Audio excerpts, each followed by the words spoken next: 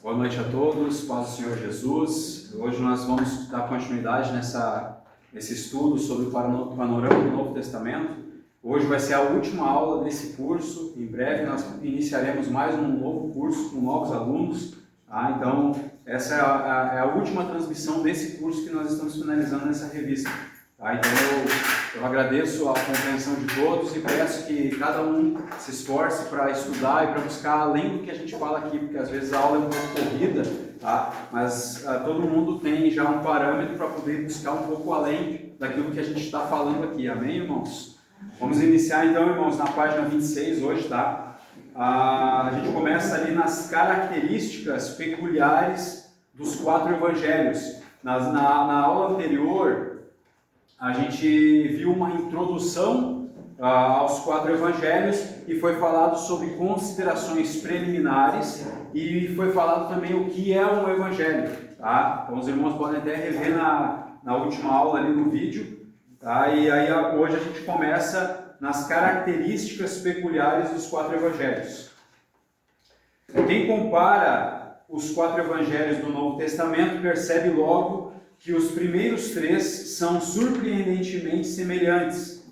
Por isso são chamados de sinópticos. O 4º evangelho segue o seu próprio estilo de apresentação. Os sinópticos e João são distintos nos seguintes aspectos. No esboço, esse é o primeiro aspecto, né? Então, no esboço, os sinópticos têm uma estrutura simples nos seus evangelhos. Após o batismo de Jesus, são relatados os fatos ocorridos na Galileia. Depois, segue um relato das extensões variadas sobre a viagem de Jesus a Jerusalém. Na terceira parte, é o contato, o que passou em Jerusalém. Essa mesma estrutura pode ser observada, por exemplo, nas seguintes passagens de Marcos, capítulo 1, versículo 14, capítulo 8, versículo 27, e capítulo 10, o versículo 1 e o versículo 32. Em contraposição a isso, o Evangelho de João descreve várias peregrinações de Jesus da Galileia a Jerusalém. A razão era, na regra, a comemoração das festividades judaicas de que Jesus participava com seus discípulos em Jerusalém. Desses dados do Evangelho de João, se consegue calcular o tempo do ministério público de Jesus. Durou em torno de 3 anos. A movimentação dele entre a Galileia e Jerusalém pode ser observada nos seguintes textos. Lá no texto de João, até eu quero fazer uma ênfase aqui com vocês. Então o texto de João, capítulo 2, o versículo 1, versículo 13, o capítulo 3, no versículo 22, aí a próxima referência, capítulo 3, versículo 2 e 4 a 6, não é coerente com o que está sendo dito, Você sublinha ali, faz uma marquinha ali, que esse é uma referência que não é coerente, Pelo menos na minha opinião, mas revejam esse texto e vejam de repente se eu não estou equivocado na minha colocação. Capítulo 5, versículo 1, capítulo 6, versículo 1, capítulo 7, o versículo 1 em sequência, nos próximos versículos também, o versículo 10 desse capítulo 7, o capítulo 10, versículo 40, capítulo 11, versículo 7 e o versículo 54 em diante. E o capítulo 12 também, no versículo 1 e o versículo 12. Agora, um outro ponto, na forma de ordenação do material. Do que foi descrito acima, se conclui que os sinópticos organizam o seu material do ponto de vista geográfico, enquanto o Evangelho de João está construído sobre uma estrutura biográfica. Ele quer que os seus leitores acompanhem o ministério de Jesus na sequência e no período em que os fatos se desenrolaram. Agora, na escolha dos temas, outro ponto, na escolha dos temas. Os sinópticos relatam uma quantidade significativa dos atos de Jesus, entre eles muitos milagres, principalmente curas. Em contraposição a isso, o Evangelho de João só contém 7 relatos sobre os atos de Jesus, sendo que nenhuma expulsão de demônios. Desses 3 fatos, são contados também pelos sinópticos a purificação do templo, a cura do servo de um oficial do rei e a multiplicação dos pães para 5.000 pessoas. Agora, outro ponto, na apresentação dos adversários de Jesus. Os sinópticos descrevem os adversários de Jesus com as suas características e tarefas diferenciadas: fariseus e escribas, saduceus e sacerdotes, que foi tudo que a gente já viu nas aulas anteriores, né? Na comparação com isso, sobressai o fato de que o Evangelho de João, os oponentes de Jesus são denominados judeus. Se isso quer dizer o povo judeu todo, ou a liderança, ou um grupo específico, só pode ser descoberto pelo contexto. Tá? Então tem que ser analisado o texto para entender isso. Agora, na forma da narrativa, os evangelhos sinópticos contêm muitos relatos breves da vida de Jesus que frequentemente culminam com uma declaração marcante de Jesus.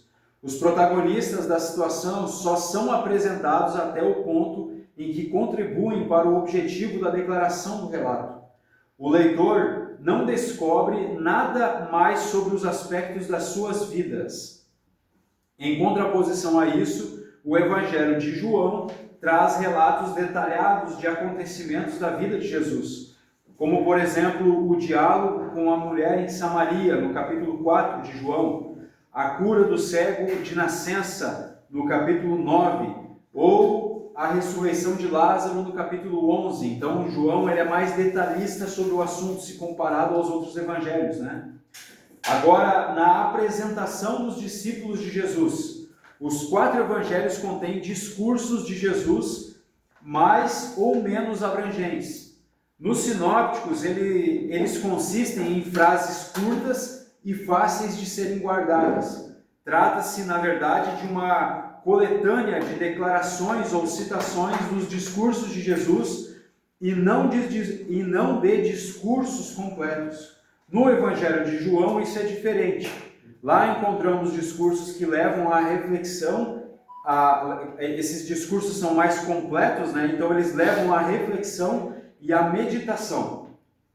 O leitor consegue se imaginar na posição do orador. Compare, por exemplo, o texto de Lucas, capítulo 15, versículo de 1 até o 7, e o capítulo 10 de João. Então, depois os irmãos podem fazer essa comparação, ler esses textos, né? De Lucas 15, de 1 a 7, e o capítulo 10 do Evangelho de João. Aqui eu até botei uma observação, ele não fala da mesma narrativa, mas diferencia-se pela profundidade em que se conta o episódio. Então, o João é mais profundo, é mais detalhista para falar sobre o texto, né? Ou vamos dizer, a colocação dele no texto.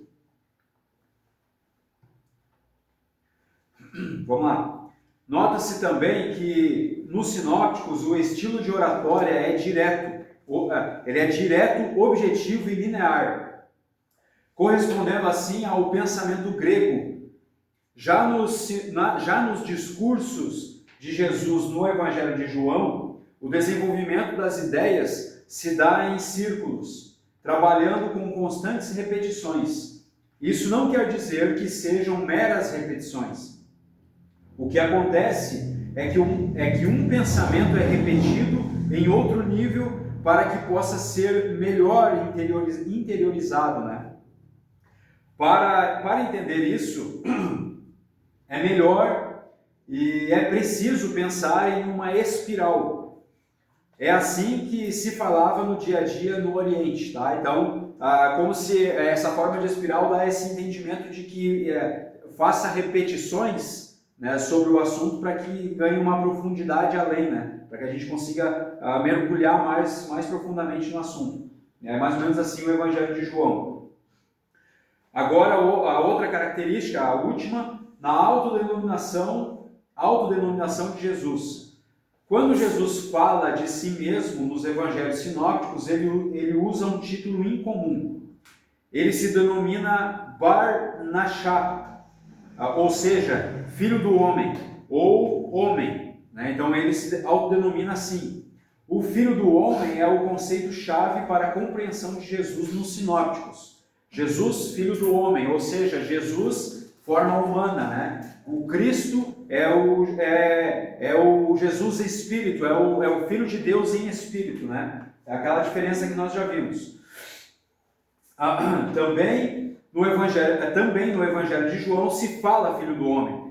Mais importantes, no entanto, são as autodenominações Filho de Deus ou Filho, né, que se encontram no Evangelho de João. O quarto Evangelho nos proporciona uma visão especial sobre o relacionamento único entre Deus e Jesus. Tá, irmãos? Agora, quais são as razões para a apresentação tão variada da vida e do ministério de Jesus? Nós vamos pular um pouco, tá? Para nós ganharmos tempo, para a gente ganhar tempo, porque a gente tem muito conteúdo agora para essa noite, tá? Agora na página 28, o problema sinóptico, depois os irmãos podem estudar de forma individual, a hipótese do proto-evangelho, que se vocês quiserem anotar ali, o proto-evangelho, ele significa a primeira boa nova, ou é uma hipótese de um evangelho que foi escrito nos textos aramaicos, e é um evangelho que é chamado também Evangelho dos Nazarenos. É um evangelho antigo, um evangelho que chegou primeiro. É uma hipótese que tem, tá? Depois os irmãos podem pesquisar mais sobre esse assunto.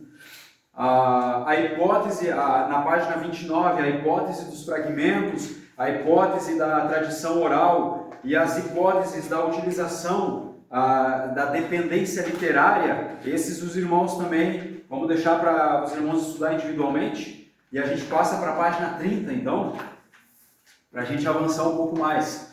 Página 30, lá na teoria das duas fontes, um pouco mais abaixo ali, no novo texto aqui. A teoria das duas fontes, então a gente vai agora. Essa proposta se baseia em duas colunas. Marcos é a base para Mateus e Lucas.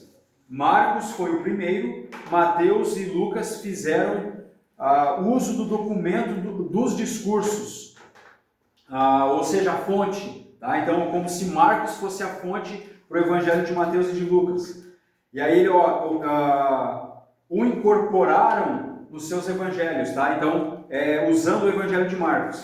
Além disso, os sinópticos ainda usaram outras fontes para o material exclusivo que apresentam.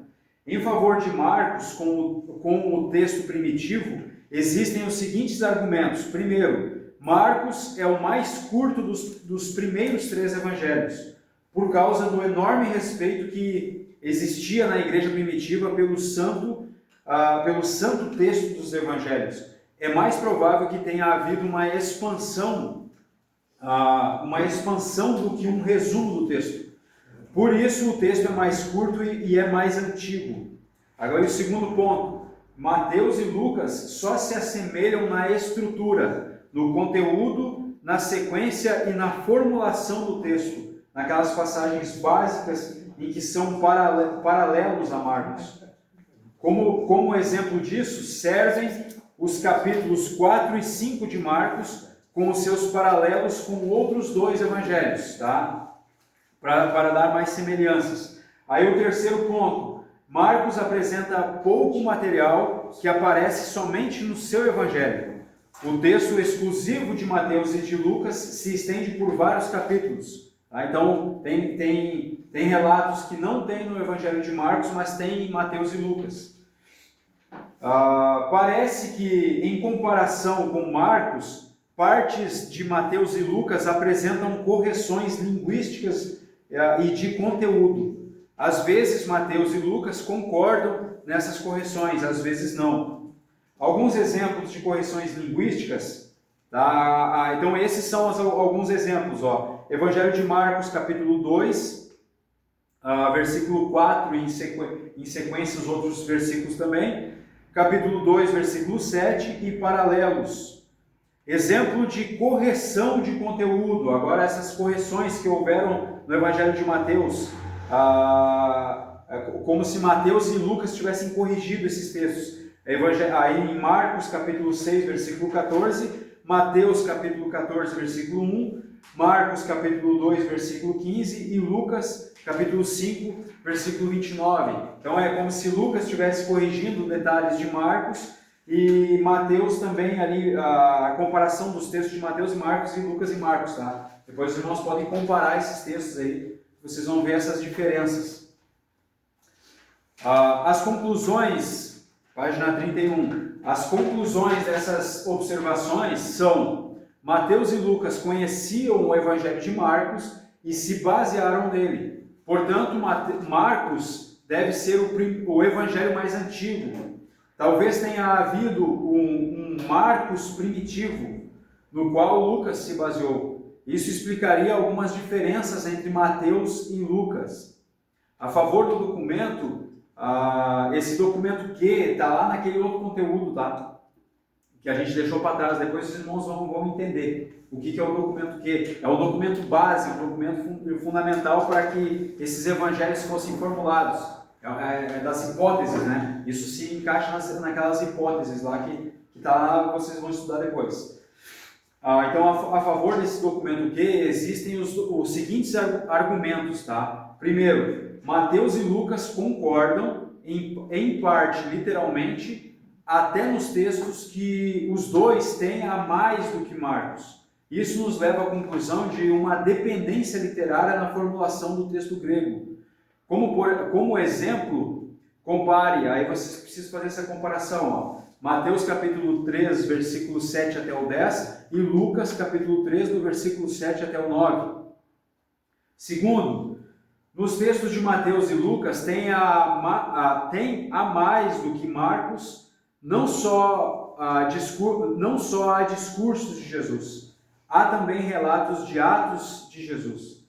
Nesse aspecto, a designação a fonte dos discursos é enganosa, tá? Essas fontes dos discursos também está lá.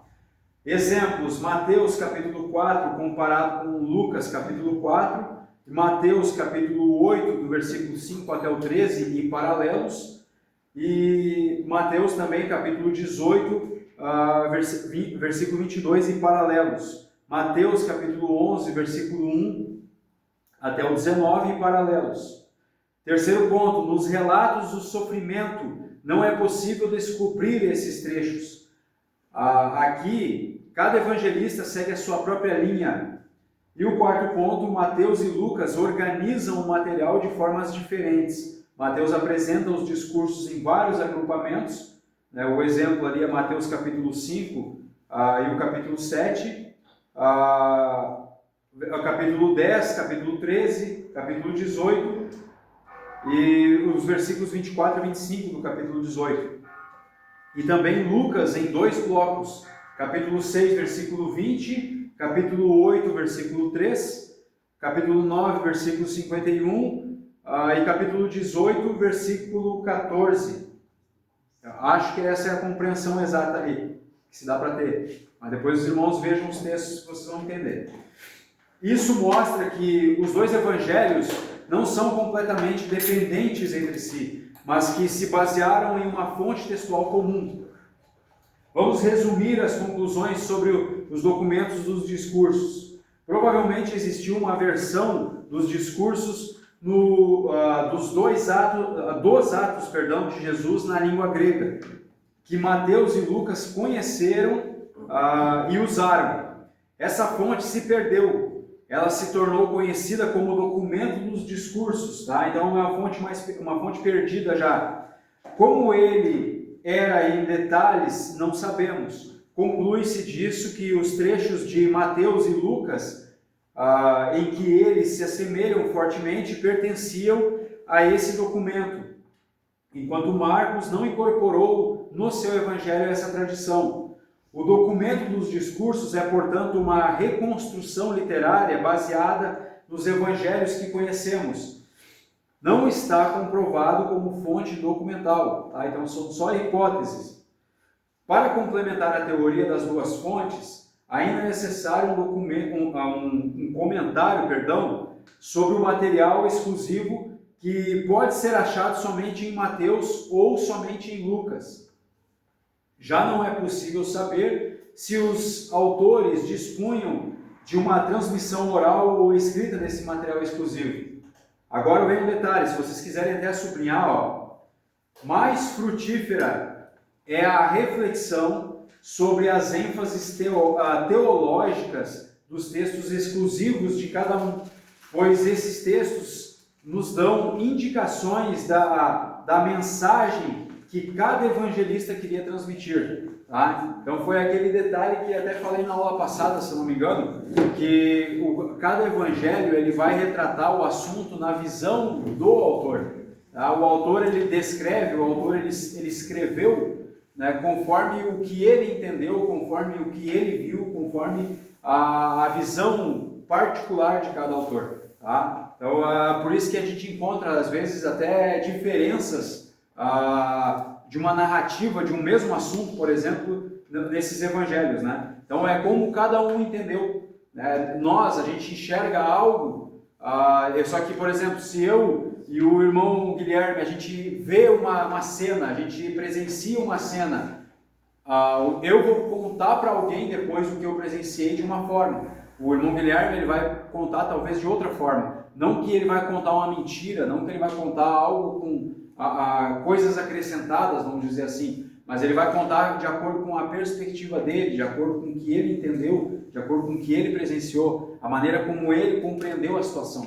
E talvez eu vou falar diferente porque cada um enxerga de uma forma, entende de uma forma. Assim é o Evangelho, cada um de nós entende muitas vezes de uma forma. Temos divergências de opiniões, mas sabemos nos respeitar com essas diferenças porque todos servimos a um só Deus, né?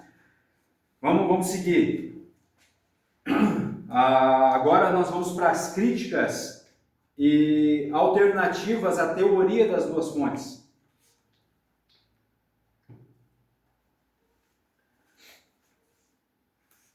Após a sua formulação por H.J. Holzman, se eu não me engano é um teólogo, eu não cheguei a anotar aqui, tá? Depois os irmãos podem pesquisar sobre ele. Em 1863, a teoria das duas fontes alcançou uma predominância rara na história da exegese, pelo menos no campo protestante da interpretação dos evangelhos. Segundo R. Riesner, o nome dele é Rainer Riesner, esse eu anotei aqui, é um teólogo e pastor alemão, tá? Ele ainda é vivo, ele tem 74 anos. A Igreja Católica, então, segundo a visão dele, a Igreja Católica foi a que por mais tempo se opôs a essa teoria.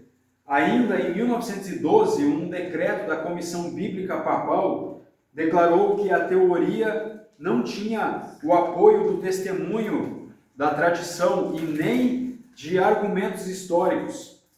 Mesmo que oficialmente esse decreto não tenha sido revogado, após a Segunda Guerra Mundial, os estudiosos católicos do Novo Testamento adotaram a teoria das duas fontes sem restrições.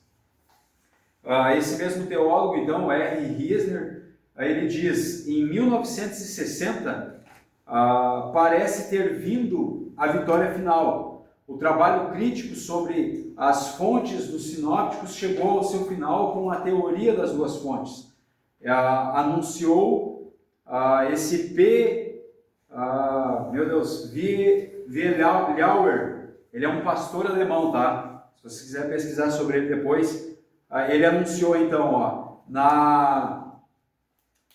eu não vou conseguir ler isso aqui, irmãos, perdão. A tradução é Introdução do Novo Testamento, né? Então tá um nome, acho que é ali em alemão, talvez seja esse texto ali, de W. Marxen Lemos, que é um teólogo alemão. A expressão da teoria das duas fontes se firmou tão fortemente na pesquisa que somos tentados a abandonar o termo teoria no sentido de hipótese, pois de fato podemos considerá-la uma solução segura e definitiva. Isso é a visão dele, tá? Todo estudante de teologia estuda essa conclusão como segura e definitiva no seminário. Questionamentos e discussões sobre as alternativas são perda de tempo.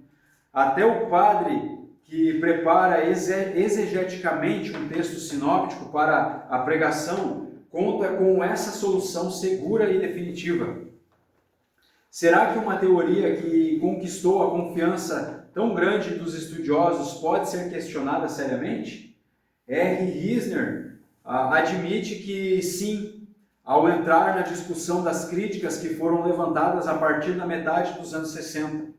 Não é possível fazer o detalhamento dessas críticas aqui. Vamos apresentar apenas as linhas gerais dessa posição para podermos entender as críticas levantadas. Pesquisas matemático-estatísticas feitas sobre o problema sinóptico levantam conclusões de que estão questionando a teoria das duas fontes como única solução possível para o problema. Os estudiosos B. de Solanges é um cartógrafo francês, tá? Cartógrafo que ele elabora, ele constrói cartas geográficas, né? Ele é um cartólogo francês. Então, esse estudioso, e R.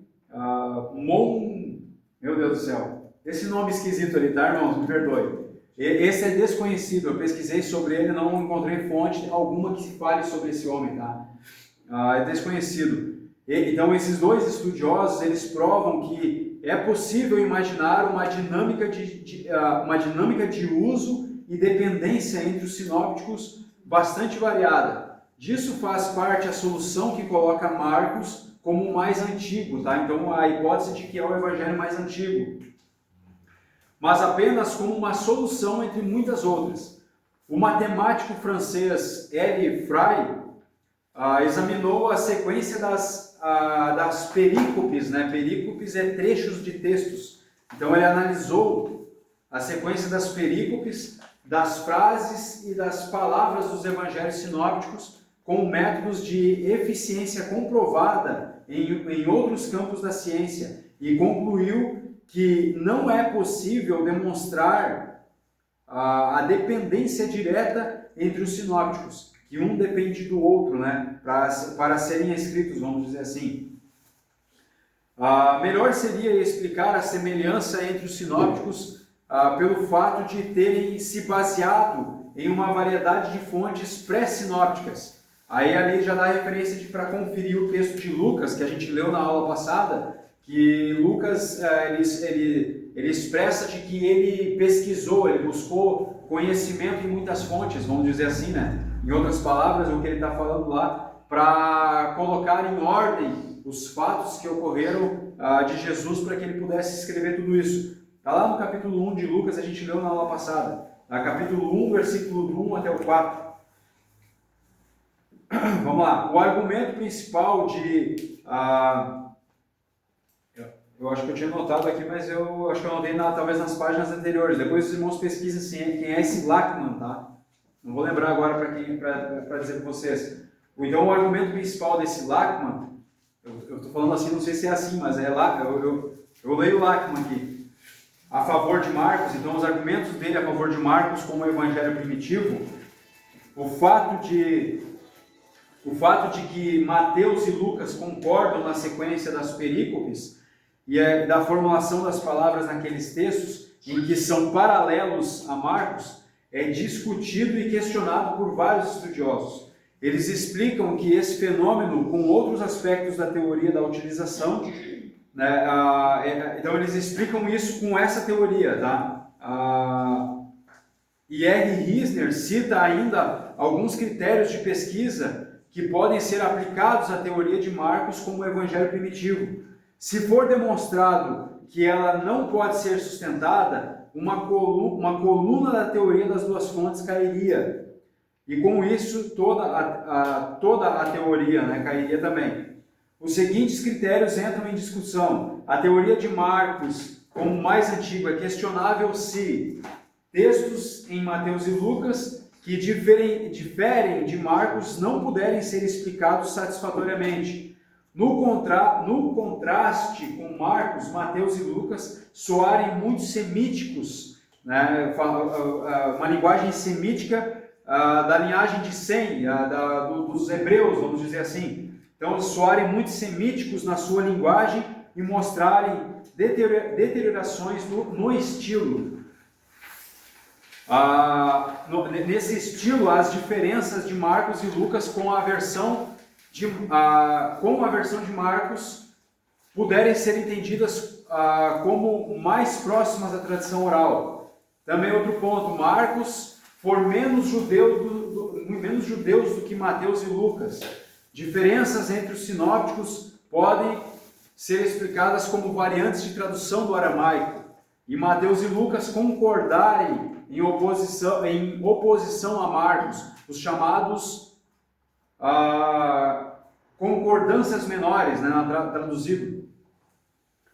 Após aplicar esses critérios a diversos textos sinópticos, esse R. Risner chega à seguinte conclusão: a teoria das duas fontes tem a grande vantagem de simplificar consideravelmente o problema das fontes dos sinópticos e também de ser uma teoria facilmente aplicável. Talvez aqui esteja um grande motivo para a popularidade da teoria. Na minha opinião, né, desse R. Risner, a teoria das duas fontes traz mais dúvidas do que respostas. Para maior clareza, deveríamos falar de uma hipótese das duas fontes, a procura por soluções que venham ao encontro da diversidade de questões apresentadas pelo problema sinóptico ainda não chegou ao fim. Essa é a opinião do R. Risner, tá? Então, para a gente ganhar tempo aqui, vamos avançar um pouquinho. Esse R. Risner está se opondo, então, ele expôs essa opinião dele aqui, e ele se opõe, então, a essa visão da teoria das duas fontes, que ela é mais abraçada, vamos dizer assim, pelos católicos, tá? Vamos ver onde é que a gente pode ir agora para a gente ganhar um pouco mais de tempo. Deixa eu ver se eu consigo talvez finalizar esse... Aqui vai ter uns quadros comparativos depois. Deixa eu finalizar de uma forma diferente, tá? Então aqui há muito questionamento, tá? Sobre os três evangelhos sinópticos, né? A Mateus, Marcos e Lucas, se baseando de que Marcos é o primeiro evangelho que foi escrito e que Mateus e Lucas se basearam nele para escrever os seus. Eu já penso que cada um teve a sua visão de tudo como aconteceu e aí expôs na sua escrita, talvez não se baseando nos outros, né? Mas talvez se baseando na própria tradição oral, nos próprios ensinos rabínicos e por aí vai. Eu tenho aqui uma Bíblia de estudo, minha Bíblia é bem velhinha aqui, é a primeira Bíblia que eu tive. Aqui ela tem alguns detalhes, vamos dizer, que se acrescenta. Eu vou fazer uma leitura aqui, de repente eu vou tirar foto depois, e aí eu coloco no grupo para os irmãos. Eu vou fazer uma leitura aqui do que essa Bíblia aqui ela traz sobre cada autor, tá? Desses três evangelhos, talvez dos quatro aqui. Vamos lá, o Evangelho de Mateus, por exemplo, da autoria. Mateus, olha só, vai dar detalhes do autor, né? Mateus, um judeu cujo sobrenome era Levi. Trabalhava como coletor de impostos, publicano, para o governo romano. Aí tem as referências lá em Mateus 9:9. Uma vez que colaborava com os romanos, que eram odiados pelos judeus como dominadores estrangeiros, Mateus, como todos os outros publicanos, era desprezado pelos seus compatriotas. Apesar disso, atendeu ao chamado simples de Cristo para segui-lo. Depois do relato do banquete que ocorreu a seus colegas para que eles também pudessem conhecer a Jesus, Mateus volta a ser mencionado apenas na lista dos 12 apóstolos. Aí até dá uma referência do texto de Atos, capítulo 1, versículo 13, aqui para conferir esse texto. A tradição afirma que Mateus pregou na Palestina durante 12 anos após a ressurreição de Cristo e que depois foi a outras terras, uma asserção impossível de confirmar, tá? Então essa é a base de uma Bíblia de estudo, por exemplo. Aí aqui vai falar mais sobre a abordagem característica de Mateus, a data, conteúdo. Eu vou tentar depois tirar uma foto aqui, eu mando no grupo dos irmãos, mas só para a gente acrescentar aqui. Cada um deles tem as suas particularidades, tá? Eu entendo assim. Agora, referente a Marcos, tá? a autoria, então Marcos. João Marcos era filho de Maria, uma mulher rica e importante em Jerusalém, conforme o texto de Atos, capítulo 12, versículo 12. Barnabé era seu primo, conforme o texto de Colossenses, capítulo 4, versículo 10. Marcos foi amigo íntimo e talvez um convertido do apóstolo Pedro, conforme o texto de 1 Pedro, capítulo 5, versículo 13. Teve o raro privilégio de acompanhar Paulo e Barnabé em sua primeira viagem missionária, mas os abandonou antes que o trabalho estivesse concluído. Devido a isso, Paulo recusou-se a levá-lo na segunda viagem, de modo que Marcos acompanhou Barnabé a Chipre, conforme o texto de Atos, capítulo 15, versículo 38 a 40. Cerca de 12 anos depois, estava normalmente com Paulo, conforme o texto de Colossenses, capítulo 4, versículo 10, e Filemão, capítulo único, versículo 24. E pouco antes de Paulo ser executado, mandou chamar E pouco antes de Paulo ser executado, Paulo mandou chamar João Marcos, conforme o texto de 2 Timóteo, capítulo 4, versículo 11. Sua biografia prova que a pessoa que erra não está condenada a uma vida inteira de inutilidade. Tá? Então esse é o relato da autoria de Marcos aqui, quem era João Marcos, que é o autor do Evangelho de Marcos. Que os estudiosos chegam a essa conclusão, né?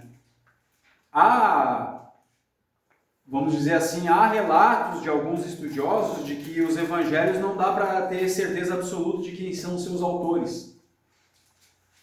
Tem fontes teológicas que vão argumentar assim, tá? Mas pesquisem mais sobre isso depois. Agora o Evangelho de Lucas. Então a autoria. Lucas, o médico amado, conforme o texto de Colossenses, capítulo 4, versículo 14. Amigo íntimo e companheiro de Paulo. Foi provavelmente o único autor gentil no Novo Testamento. Nada sabemos de sua vida, nem de sua conversão, exceto que ele não foi testemunha ocular da vida de Jesus Cristo, conforme o texto de Lucas, capítulo 1, versículo 2. Embora médico por profissão, foi, antes de tudo, um evangelista. Escreveu este evangelho e o livro de Atos. Acompanhou Paulo na obra missionária. Veja a introdução ao livro de Atos, né? Então, porque aí lá vai relatar. E ficou ao lado do apóstolo Paulo na época do seu martírio, conforme o texto de 2 Timóteo, capítulo 4, versículo 11. Contudo, não temos fatos definidos sobre a parte final da vida de Lucas, tá? Então, são poucas informações dos autores que se encontram. Hoje, talvez tenha mais fontes ainda para conseguir ir um pouco mais adiante, mas tudo é muito incerto, né? Vamos pensar dessa forma. Então, para a gente ganhar tempo, lá na página 36, depois os irmãos podem ver, página 36 vai ter o quadro comparativo dos 4 evangelhos ali. Aí vai falar dos evangelhos, cita cada um dos evangelhos, a data provável, eu não li João, né? Eu vou ler João também. A data provável de composição, o local provável em que foi escrito, os prováveis destinatários e a apresentação de Jesus em cada um deles, tá? Então já dá uma base maior ali para estudo. E na próxima página, 37, vai ter um outro quadro ali com o sinóptico, uma comparação, né? Um contraste, uma comparação dos sinópticos e o Evangelho de João. Aí tem alguns detalhes ali que pode acrescentar no estudo dos irmãos, tá? Deixa eu ler o de João aqui também, para não deixar um Evangelho de fora.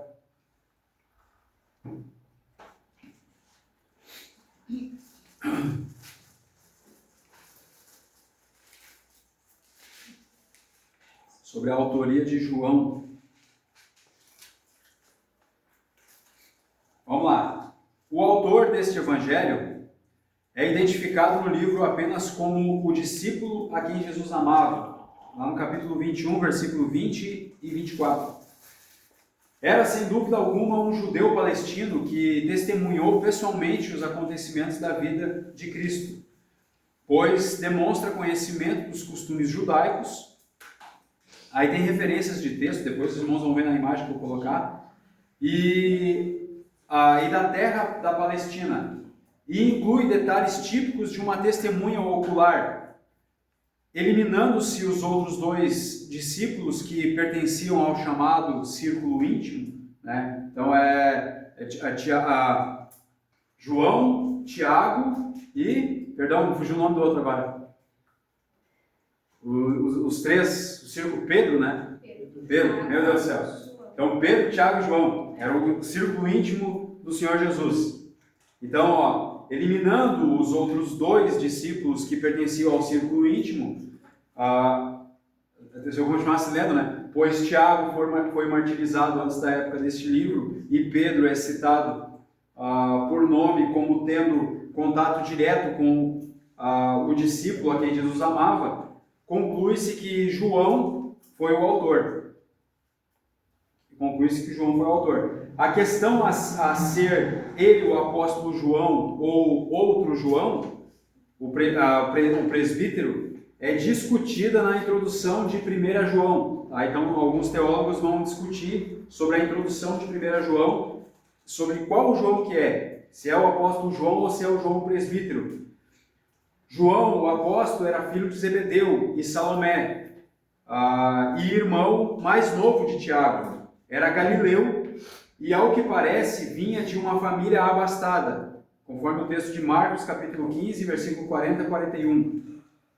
Embora frequentemente retratado em séculos posteriores como uma figura efeminada, é o que está dizendo aqui, tá? Nunca tinha ouvido falar até nisso. Seu verdadeiro caráter era tal que ficou conhecido como um dos filhos do trovão, né? Os Boanerges, que vai falar lá em Marcos capítulo 3, versículo 17, os filhos do trovão. Exerceu um papel importante no trabalho da igreja primitiva em Jerusalém, conforme o texto de Atos, capítulo 3, versículo 1, capítulo 8, versículo 14, e Gálatas, capítulo 2, versículo 9. Mais tarde esteve em Éfeso e, por razões desconhecidas, foi exilado na ilha de Patmos, conforme o texto de Apocalipse, capítulo 1, versículo 9. Tá bom? Depois eu tiro foto e mando no grupo para os irmãos. Agora a gente começa aqui na página 37, a introdução às cartas do Novo Testamento.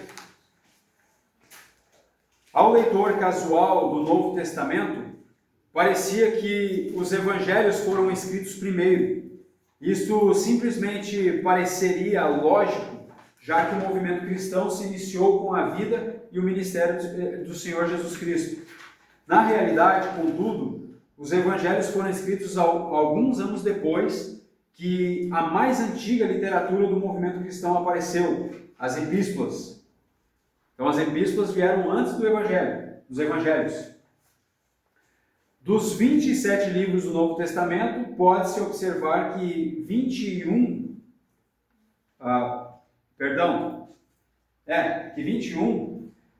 talvez, por isso que eu me enrolei, perdão, vamos lá, vamos de novo. Dos 27 livros do Novo Testamento, pode-se observar que 21, talvez 24, podem ser chamados de epístolas ou cartas. Os títulos de 21 indicam uma carta de alguém para alguém. Por exemplo, Epístola de Paulo aos Romanos. De alguém, a Epístola de Tiago, para alguém, a Epístola de Hebreus. O terceiro Evangelho e Atos, ambos têm declarações introdutórias que caracterizam uma carta. O Apocalipse tem muitos aspectos de uma carta, mas ele provavelmente pertence à classe de literatura denominada apocalíptica.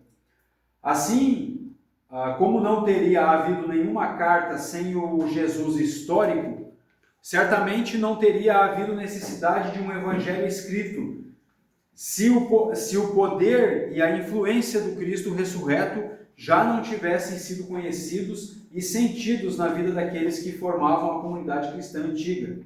Foi para essas comunidades primitivas que as cartas, os depósitos literários mais antigos da igreja foram escritas e tiveram tamanha influência sobre a igreja emergente, né, a igreja que estava se desenvolvendo. Jesus, como os outros mestres famosos do mundo antigo, não deixou escritos. A mais antiga literatura que o cristianismo tem é a que foi escrita por homens que foram seus seguidores. E a literatura mais antiga foi escrita como cartas a congregações específicas, com problemas específicos.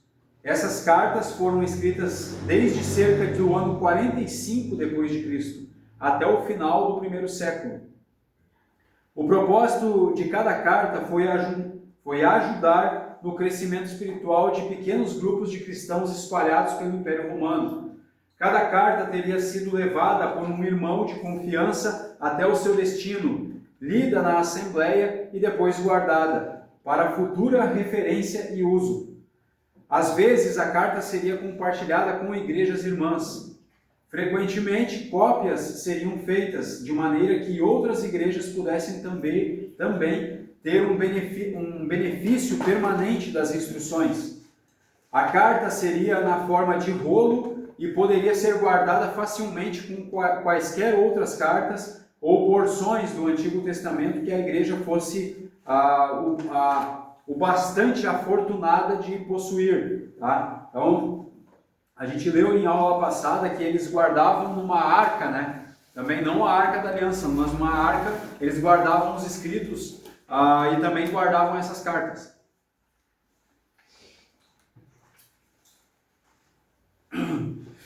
A carta, aqui eu já li. As igrejas primitivas preferiam, contudo, a comunicação oral do ensino apostólico à forma escrita. Eusébio, esse Eusébio é Eusébio de Cesareia, né? Nós já vimos algumas vezes esse nome.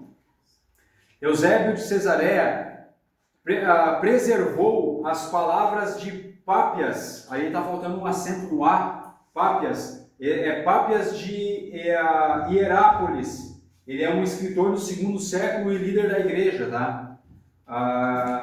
Só tem um acento ali no A, é Pápias, depois podem pesquisar mais sobre ele.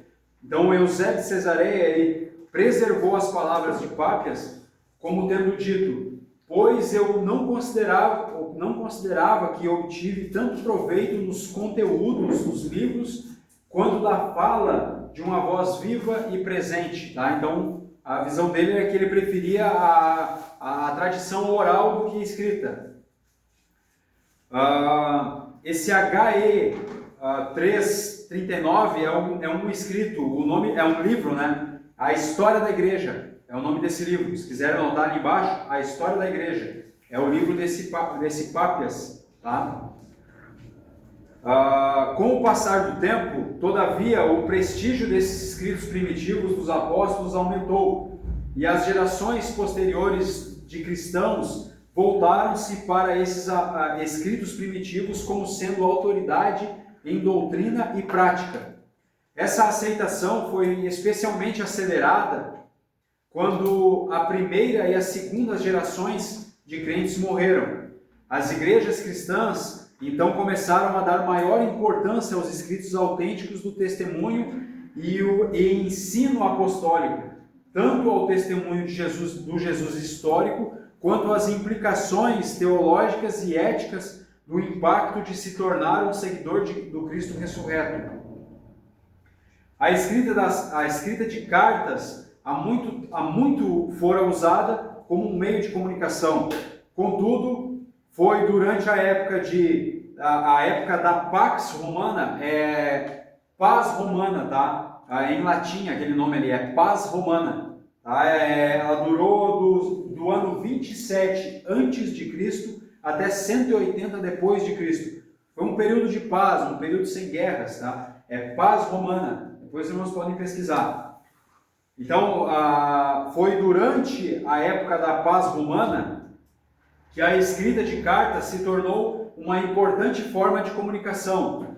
Foi devido ao vasto Império Romano que, durante o tempo da formação do Novo Testamento, havia um excelente sistema de estradas por todo o mundo ocidental.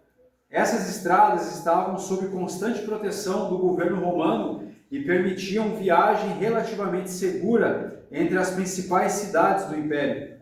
Roma não tinha correio público. Acho que aquele par C ali foi ditado errado, ali, sublinha ali, deixa marcado. Então eu vou ler de novo. Ó.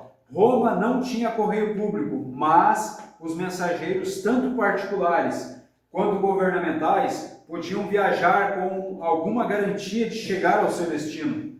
A forma de comunicação escrita era necessária tanto no governo como no comércio. Era apenas natural que as famílias e amigos dispusessem desse meio de um ao outro fazerem conhecidos os seus negócios. As cartas particulares formam uma grande parte dos manuscritos antigos que foram encontrados pelos arqueólogos modernos. As cartas não somente eram usadas para comunicação oficial, comercial ou particular. A carta era também usada para fins de propaganda. Cartas abertas eram escritas para informar o público acerca de certos itens dignos de nota. Algumas dessas tinham o efeito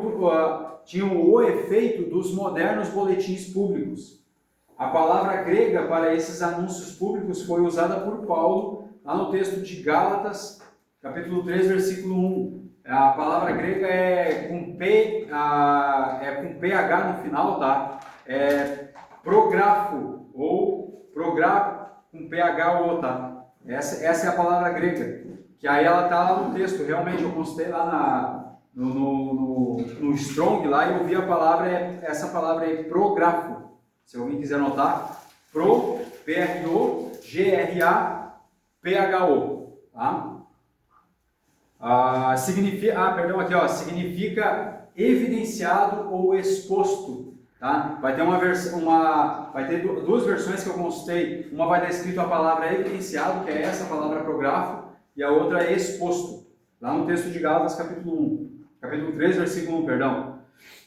Então, Paulo usou para indicar a natureza pública da proclamação da morte do Senhor Jesus Cristo. Então, ou seja, ele evidenciou ou expôs, né,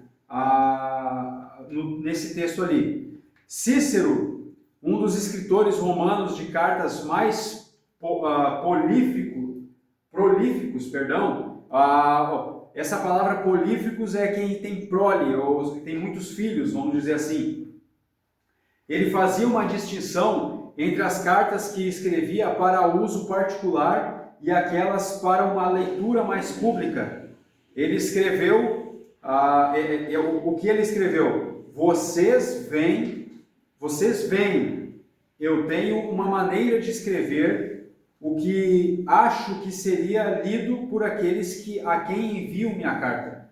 Ou outra maneira de escrever o que acho que seria lido por muitos. Então, duas formas diferentes de se escrever, tá? Essa é a visão desse Cícero.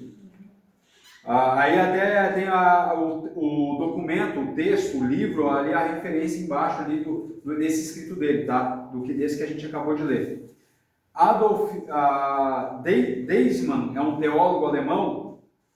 Aí tem a referência do livro, do escrito dele.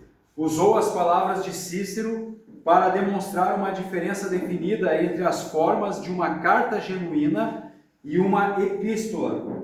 Ele procurou mostrar que uma carta genuína era pessoal e dirigida a uma pessoa referente a um problema, a uma situação específica. Não haveria absolutamente nenhum pensamento acerca de ser feita uma leitura mais extensiva, a não ser por aqueles a quem a carta estava endereçada. Epístolas, contudo, eram dispositivos literários com uma audiência maior de leitores em mente. A epístola era escrita sob o pretexto de ser uma carta pessoal com a finalidade expressa de ser publicada. Isso quer dizer que o autor, enquanto endereçava a carta a uma pessoa ou entidade específica, não estava tanto escrevendo para essa pessoa ou entidade, quanto estava usando uma forma para fazer conhecido ao mundo o seu argumento. Então, escrevendo para muitos, né? Esse gênero de escrita ou composição literária é denominado epistolar. O Adolf Deismann, com essa teoria, procurou mostrar que as epístolas do Novo Testamento, em especial as de Paulo, eram, na verdade, cartas particulares e não epístolas. É de maneira geral aceito hoje que Paulo não escreveu conscientemente nesse sentido técnico. Ele escreveu para pessoas ou igrejas específicas, com problemas específicos. Contudo, vê-se facilmente que as cartas de Paulo demonstram a autoridade apostólica consciente que torna os conteúdos normativos para igrejas e pessoas de outras áreas e épocas. As cartas são bem construídas para demonstrarem um plano cuidadosamente elaborado. Elas são cartas particulares quanto ao tom, ao espírito e ao propósito. Contudo, ao mesmo tempo, elas são obras-primas de composição. A extensão média das cartas particulares naquela época era de cerca de 90 palavras, e a epístola tinha em média 200 palavras. A carta mais curta de Paulo, a de Filemon, tem 335 palavras, e a mais extensa, a de Romanos, tem 7.101 palavras. A média de Paulo é de cerca de 1.300 palavras para todas as suas cartas. Todas as suas cartas. Tô meio ruim da gripe, irmãos. Tá querendo falhar já toda a voz aqui. Vamos lá. A média de Paulo, eu já li. Nesse sentido, então, as cartas de Paulo não podiam incidir dentro da categoria normal de uma carta regular. Os teores de suas cartas pressupõem algo além de uma carta particular normal.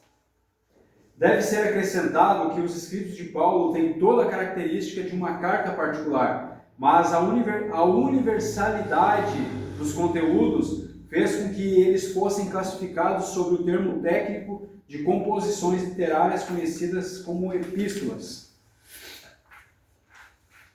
Agora, o estilo literário peculiar das cartas do Novo Testamento. Dos 27 escritos do Novo Testamento, 21 são cartas. A maioria delas contém dados sobre o remetente e os destinatários, como também saudações. São cartas a destinatários definidos ou são um estilo de cartas em que certos temas são tratados? Além das cartas pessoais, a antiguidade conhece esses estilos. Entre os vários estilos, além das cartas pessoais, vamos considerar a epístola e o mandato. Primeiro, a carta pessoal. A carta pessoal, a média na antiguidade, consistia de menos de uma página do Novo Testamento grego.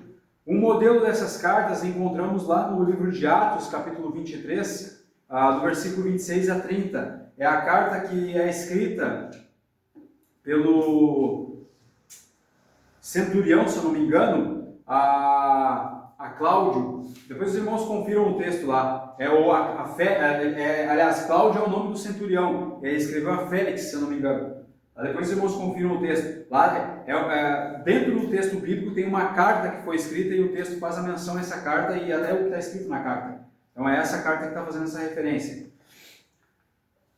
Quando comparamos esses dados com as cartas do Novo Testamento, percebemos que as cartas mais curtas, em 2ª e 3ª João, ultrapassam esse tamanho. Até a carta de Filemon é mais extensa, atingindo quase 2 páginas.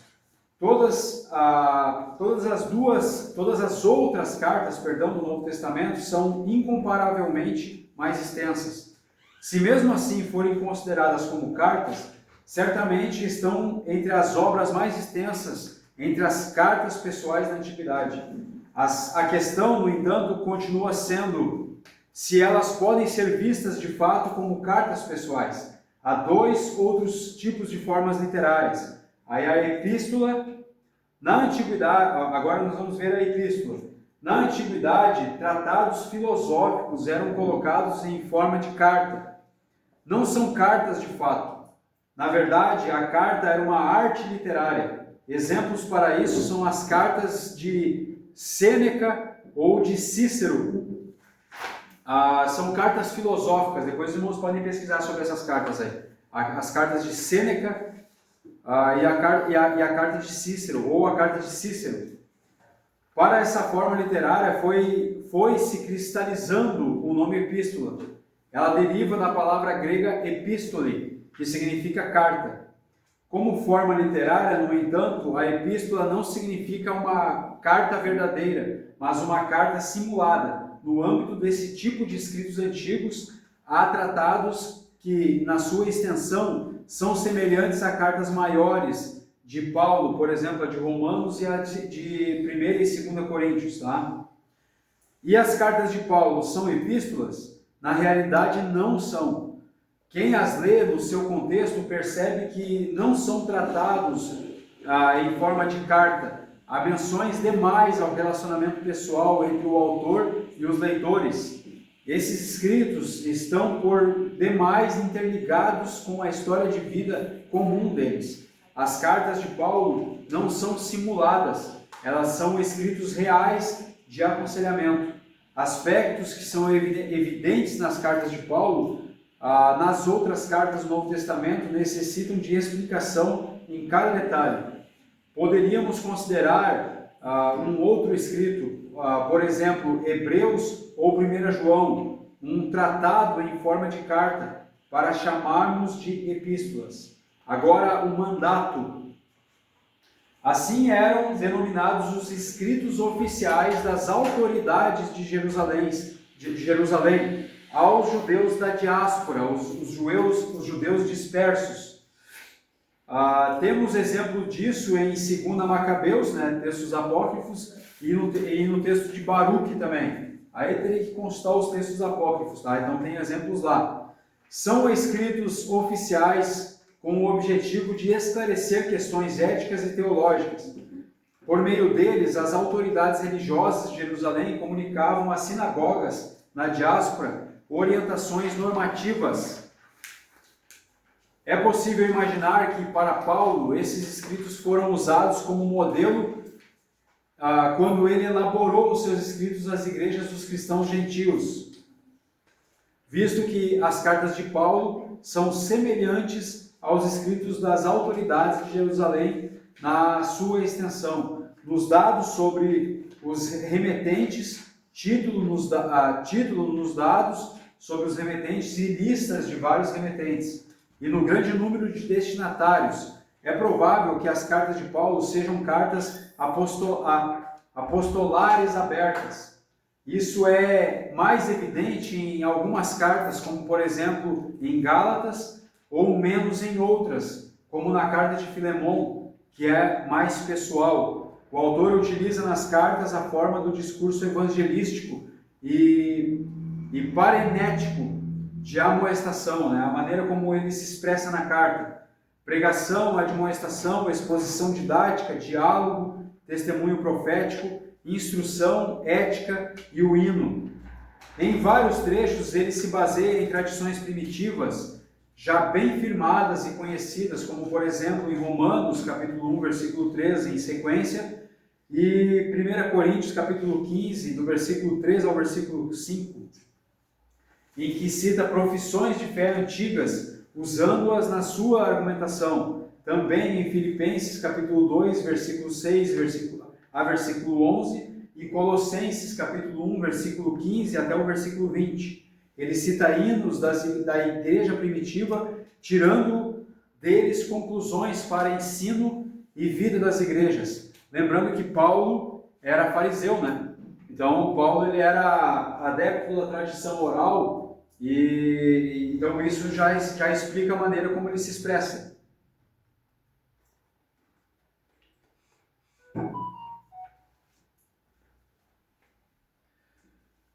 Vamos lá.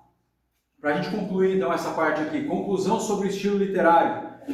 Pelo menos nas cartas de Paulo temos argumentos suficientes para dizer que não são cartas pessoais, mas que com exceção a Filemão, se trata de cartas apostolares abertas, ou seja, para muitos, né?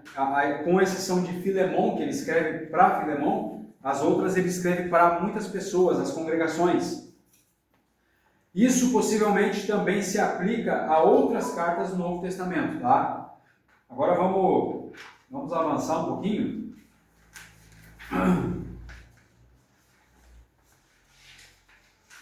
Depois os irmãos podem estudar de forma individual essas páginas aqui, senão a gente não consegue terminar.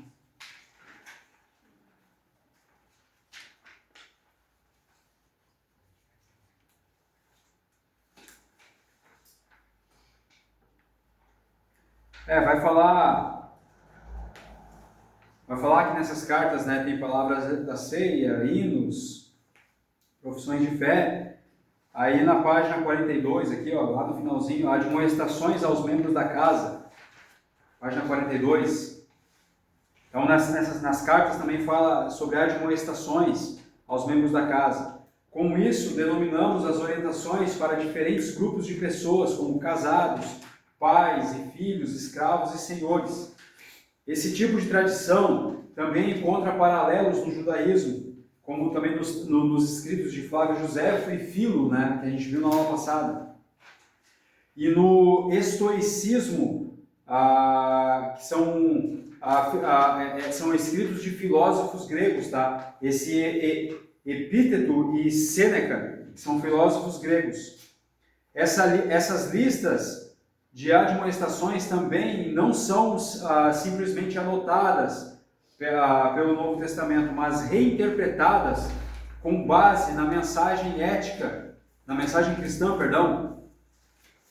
Exemplos lá em Efésios capítulo 5, versículo 22, e no capítulo 6, versículo 9, Colossenses, no capítulo 3, versículo 18, e no capítulo 4, versículo 1, 1 Timóteo, capítulo 2, versículo 8 até o versículo 15, lá em Tito, capítulo 2, do versículo 1 até o versículo 10, e 1 Pedro, capítulo 2, do versículo 13, no capítulo 2, versículo 13, e no capítulo 3, versículo 12.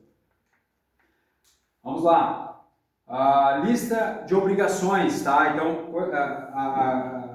o que é retratado nas cartas também. Lista de obrigações. São listas em que encontramos orientações sobre os pré-requisitos e obrigações dos obreiros das igrejas cristãs. Meu Deus. Na antiguidade encontramos esse tipo de listas nos requisitos para oficiais do Estado. No Novo Testamento, essas listas de obrigações são aplicadas aos que têm responsabilidades nas igrejas cristãs. Na igreja cristã. Exemplo, em 1 Timóteo, capítulo 3, versículo 1 ao 7, Tito, no capítulo 1, versículo 7 até o versículo 9, em 1 Timóteo, capítulo 5, versículo 17 até o 19, Tito, no capítulo 1, versículo 5 em sequência, 1 Timóteo, capítulo 3, do versículo 8 até o 13, e também na 1 Timóteo, capítulo 5, do versículo 3 até o versículo 16. Além do material da tradição descrito até aqui, que é citado com mais ou menos detalhes no Novo Testamento, há ainda declarações breves que denominamos fórmulas. Vejamos alguns tipos. Então essas fórmulas, homologia, são fórmulas ou declarações com que Deus é aclamado e anunciado. elas são o fundamento das profissões de fé e dos hinos que já descrevemos. Aí tem exemplos lá nas cartas de Paulo, em 1 Coríntios, capítulo 8, versículo 6, Efésios, capítulo 4, no versículo 5 em sequência, 1 Timóteo, capítulo 2, versículo 5, Filipenses, capítulo 2, versículo 11, 1 Coríntios, capítulo 12, versículo 3, Romanos, capítulo 10, versículo 9. As declarações de fé são frases que formulam os aspectos da salvação em Jesus Cristo, como a morte vicária ou a morte substitutiva, podemos dizer assim, de Jesus. Aí tem mais referências em Romanos, falando desse assunto, né? Romanos capítulo 5, versículo 8, capítulo 14, versículo 15, 1 Coríntios capítulo 8, versículo 11, Gálatas capítulo 2, versículo 20 e capítulo 3, versículo 13. Aí vai falar também sobre a ressurreição de Jesus dos mortos, lá em Romanos capítulo 8, versículo 11, capítulo 10, versículo 9, 1 Coríntios capítulo 6, versículo 14, 1 Coríntios capítulo 4, aqui é um equívoco, né? Sublinha aí 1 Coríntios capítulo 4, versículo 14, não é coerente ao texto. Também vai falar em Gálatas capítulo 1, versículo 1, e o texto de Efésios capítulo 1, 2, sublinha também não é coerente. Tá? Esse também não é coerente. Colossenses capítulo 2, versículo 12, 1 Tessalonicenses capítulo 1, versículo 10, Atos capítulo 3, versículo 15, Atos capítulo 4, versículo 10, também no capítulo 5, versículo 30, e o capítulo 10, versículo 40 de Atos, e outros textos ainda vai falar, mas não dá referência desses textos, tá? E vai falar também dessas declarações de fé sobre a morte e ressurreição de Jesus, no texto de Romanos, capítulo 8, versículo 34, no capítulo 14 de Romanos, versículo 9, em 2 Coríntios, capítulo 5, versículo 15, 1 Tessalonicenses, capítulo 4, versículo 14. Provavelmente foram usados na igreja primitiva na pregação e no catecismo. Aí vai falar também, a outra fórmula é a doxologia. As doxologias são frases curtas com que Deus é exaltado. O seu pano de fundo são as orações do judaísmo primitivo no Antigo Testamento. A sua característica cristã é a dominação do Deus Pai e de Jesus Cristo. Agora vamos lá para a redação. Agora um outro ponto. A redação. Como essas cartas vieram a existir? Na antiguidade eram conhecidas 3 formas de redação nas quais podemos enquadrar as cartas do Novo Testamento. A redação manuscrita pelo autor, né, ou seja, escrita à mão. A redação é escrita à mão pelo autor. O ditado textual pelo autor, a redação por um secretário, ou seja, ele ditava e um secretário escrevia. E também as palavras e ideias-chave dadas pelo autor, a redação textual feita, né, pelo secretário e a confirmação do texto pela saudação pessoal do autor. Então essa é a forma de redação das cartas.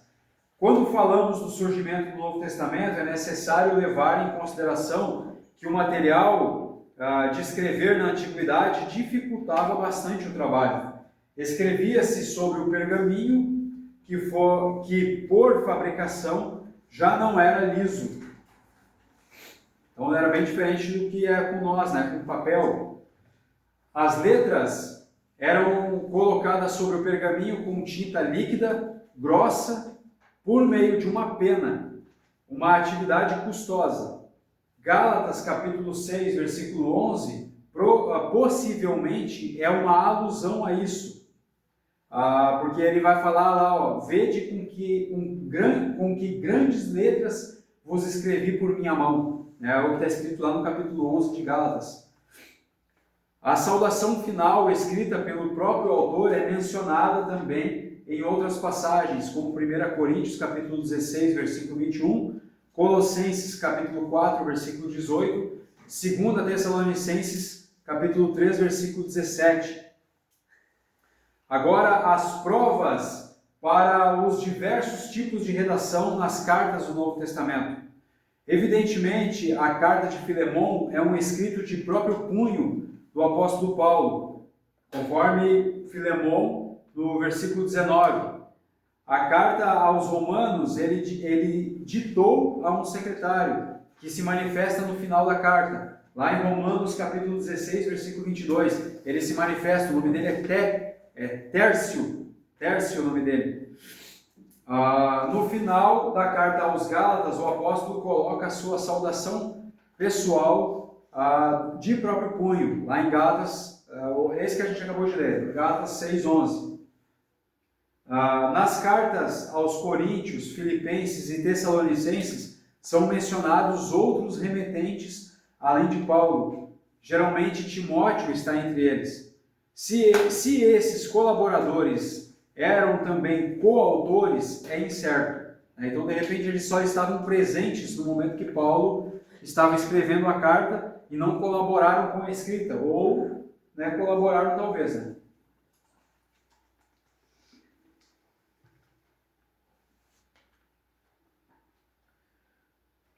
Se observarmos esse aspecto na carta aos Filipenses, seria estranho que Timóteo fizesse um elogio a si mesmo, Porque o texto fala que ele fala que manda Timóteo em breve. O texto está dizendo que ele enviaria Timóteo. Então, Timóteo não falaria de si mesmo, Dessa forma. Lá em Filipenses capítulo 2, versículo 19 até o 24. O secretário profissional entrou em proeminência durante a época do elevado interesse nas comunicações pessoais e comerciais. Nas famílias mais abastadas e em casas comerciais, provavelmente um escravo bem instruído seria o secretário particular. Normalmente, contudo, a maior parte das cartas era escrita por um escriba profissional, chamado escrevente ou amanuense, que está escrito ali, significa escrevente, tá? Ou copista também pode ser falado assim. Se a carta era um tanto extensa, o amanuense provavelmente colocaria o ditado numa forma de taquigrafia ou uma escrita abreviada, e posteriormente o transcreveria numa folha mais requintada. Numa forma mais requintada. O remetente, então, colocaria a sua assinatura e encarregaria um mensageiro através de quem a carta seria enviada.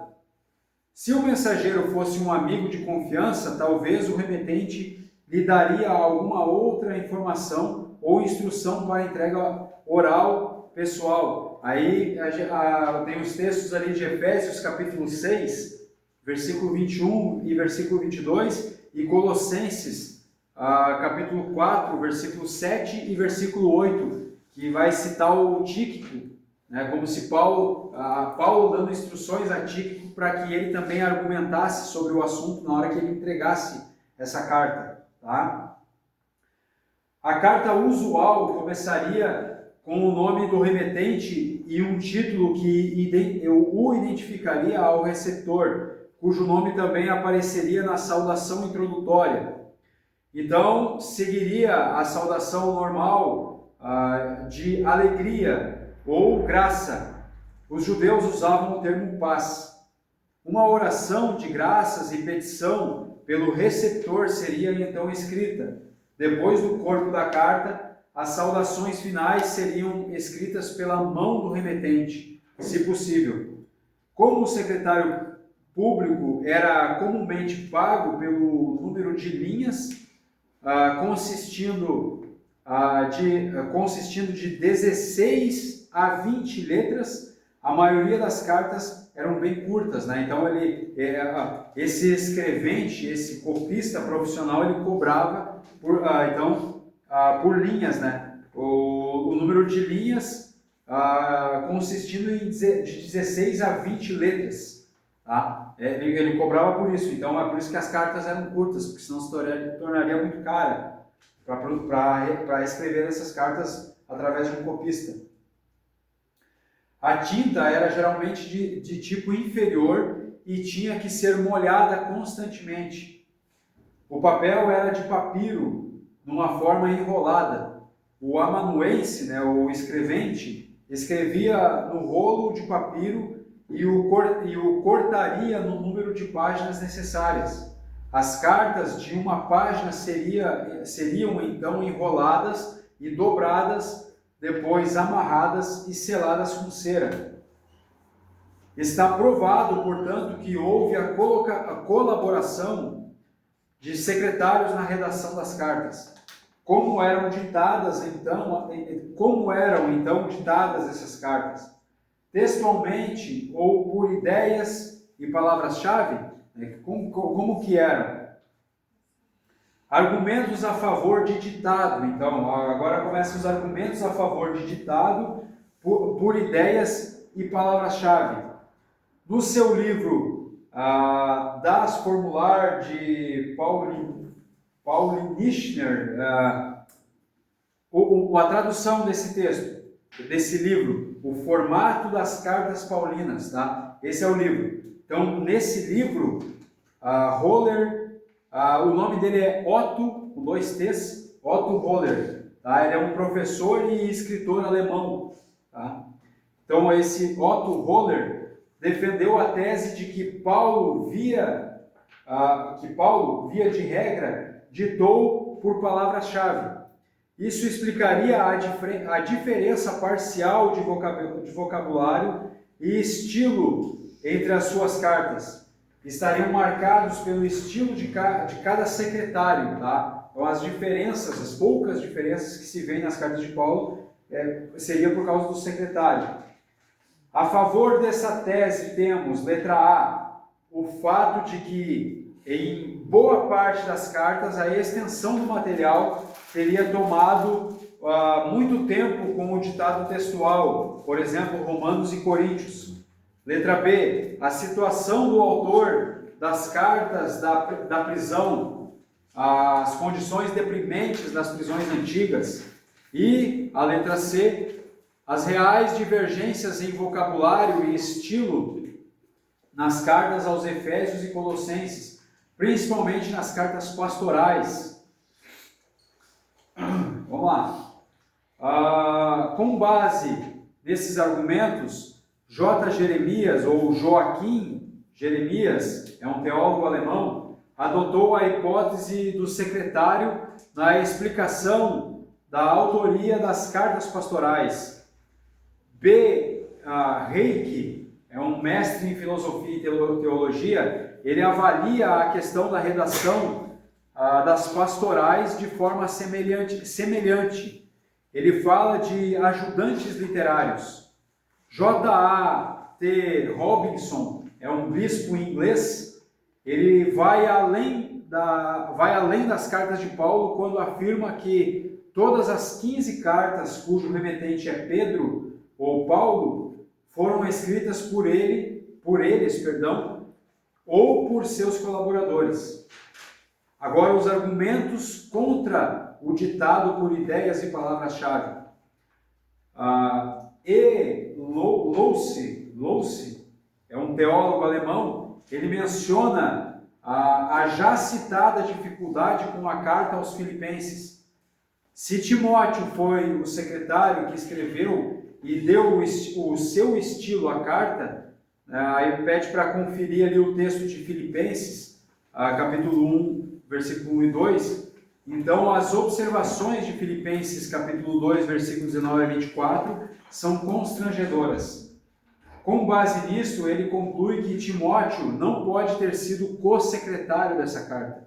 E, consequentemente, Paulo é o único responsável por todos os textos das outras cartas genuinamente paulinas. Entretanto, para essa conclusão faltam provas.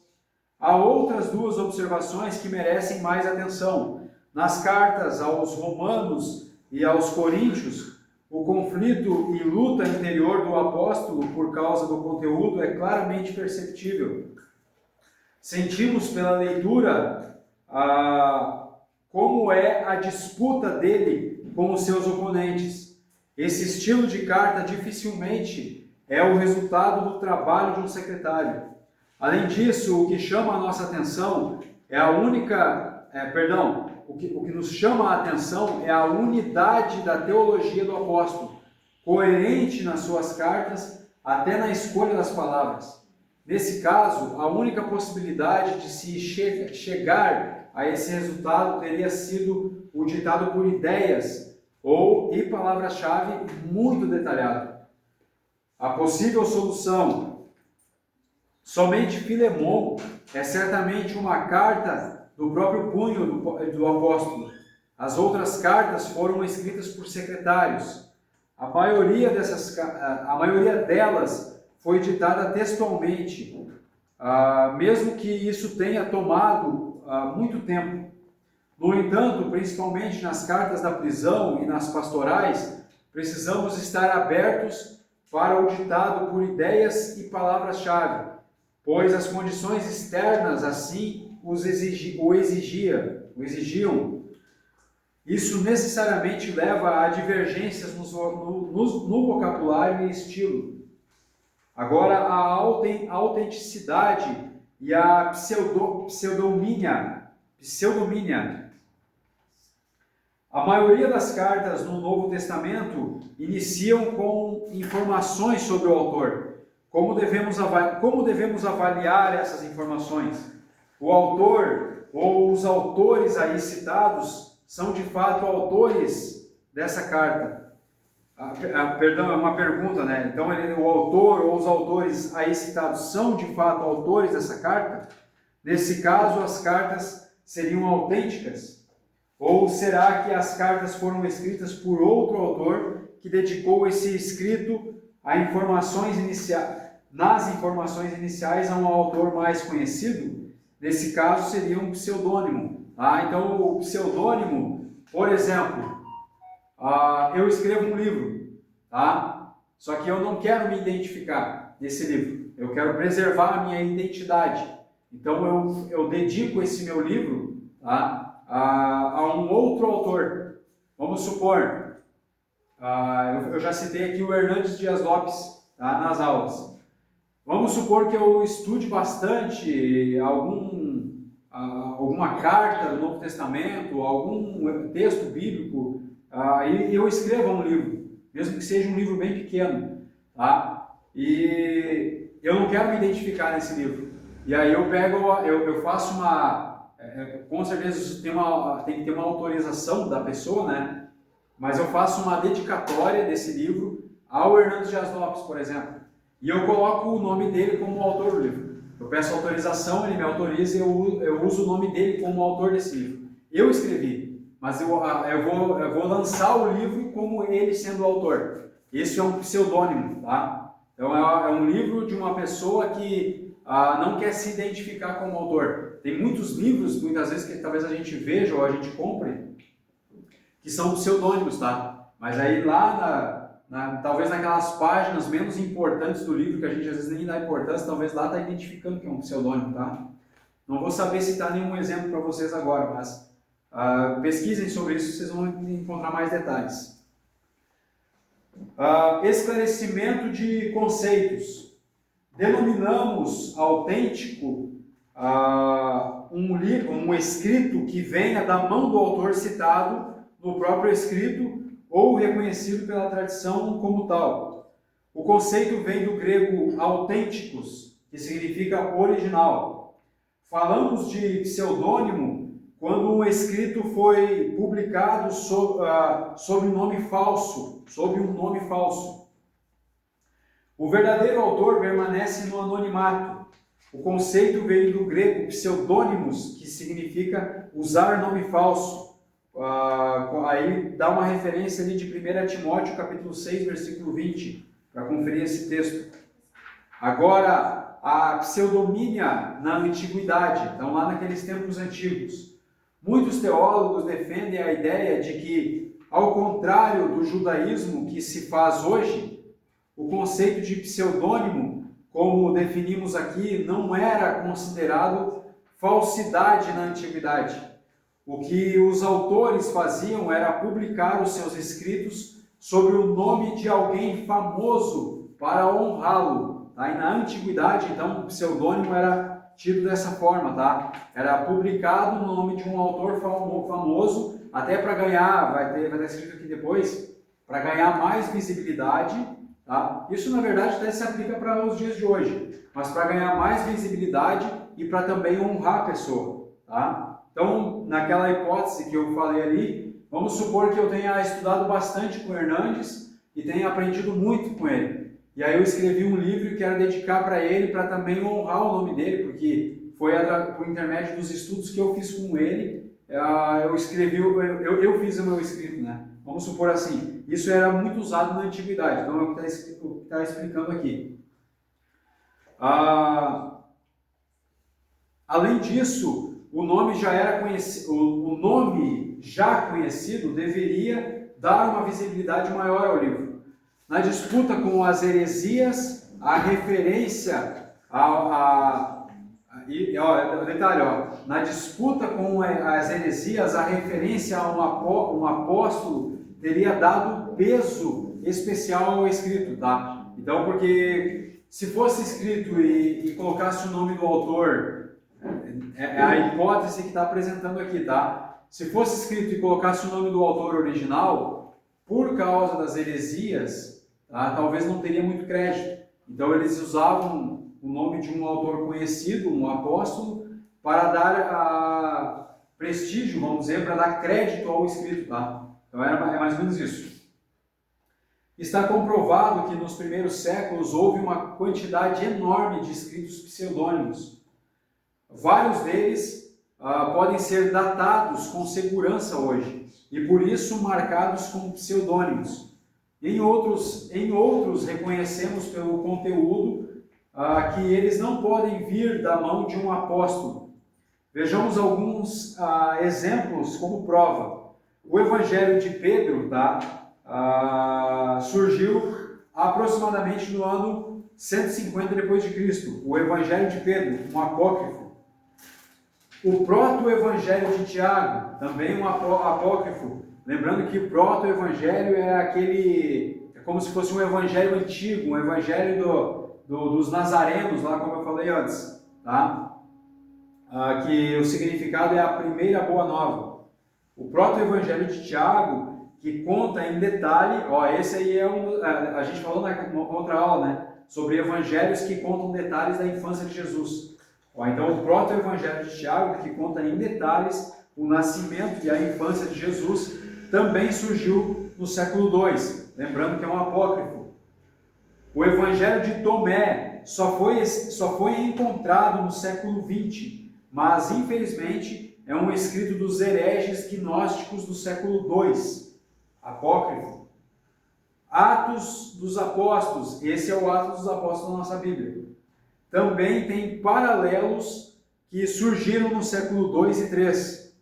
Dos Atos de Pedro, apócrifo, só temos fragmentos. Atos de Paulo, também apócrifo, ressaltam em detalhes fatos que já conhecemos das cartas e de Atos dos Apóstolos lá na nossa Bíblia. Atos de Tomé, apócrifo, destacam aventuras dos apóstolos. Uma carta de Barnabé da data de 130 depois de Cristo, apócrifo também, a suposta carta de Paulo à Laodiceia, mencionada em Colossenses capítulo 4, versículo 15 em sequência, existe, mas sobre investigação mais acurada ou uma investigação mais precisa, mais cuidadosa, foi provado que é pseudônima, tá? Falei certo, pseudônimo. Carta de Paulo à Laodiceia. Depois os irmãos confiram esse texto lá, para os irmãos verem, Colossenses capítulo 4, versículo 15. É citado uma suposta carta a Laodiceia, que Paulo tem escrito. O mesmo vale para Apocalipse de Pedro, também um apócrifo, e o Apocalipse de Paulo, também outro apócrifo, tá? Que datam do século II. O resultado é alarmante. O resultado, então, é alarmante. De fato, houve pseudomínia no cristianismo primitivo. A dúvida é se isso vale também para os escritos do Novo Testamento.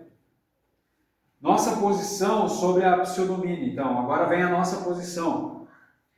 É impossível que o estudioso da palavra não note o cuidado e zelo com que as igrejas do início do cristianismo, sobre a direção do Espírito Santo, discerniam entre os escritos canônicos, que foram aceitos nas Escrituras Sagradas, e os escritos apócrifos, que não foram aceitos como escritos normativos nas Escrituras Sagradas. Com isso, é possível excluir descrições lendárias e fantásticas, como também formas dilaceradas dos ensinos cristãos. Para isso, um critério tinha importância especial. O livro em questão precisava ter sido escrito por um apóstolo ou deveria ter relação direta com um deles. Será que para o Espírito Santo a pseudomínia teria sido também sem importância? É evidente que o apóstolo Paulo conheceu escritos que foram divulgados falsamente com o seu nome.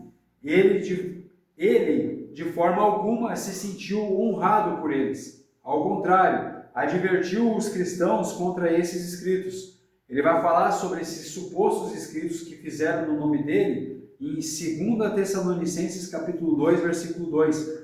Tem a referência ali. Depois os irmãos podem conferir. Portanto, todos os argumentos são a favor do fato de que os autores do Novo Testamento não tinham uma compreensão da verdade diferente da nossa. Não tinham uma compreensão da verdade diferente da nossa. E que consideravam escritos pseudônimos falsificação.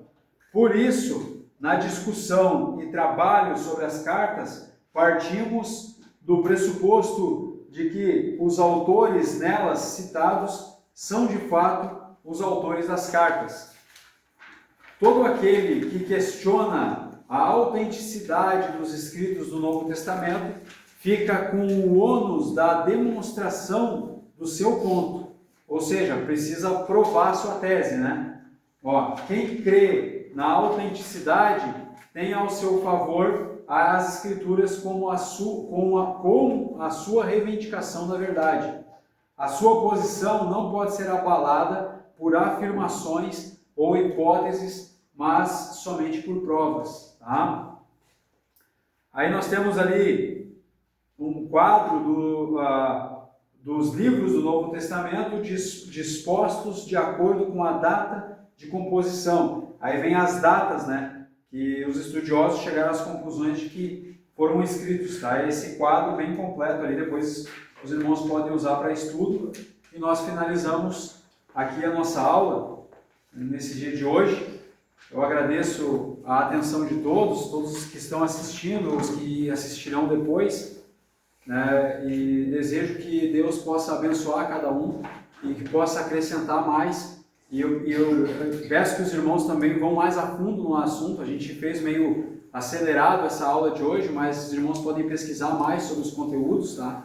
E eu desejo que Cristo, Jesus nosso Senhor, possa acrescentar cada vez mais na vida dos irmãos, que sejam abençoados no nome do Senhor Jesus. Amém? Amém. Deus abençoe a todos.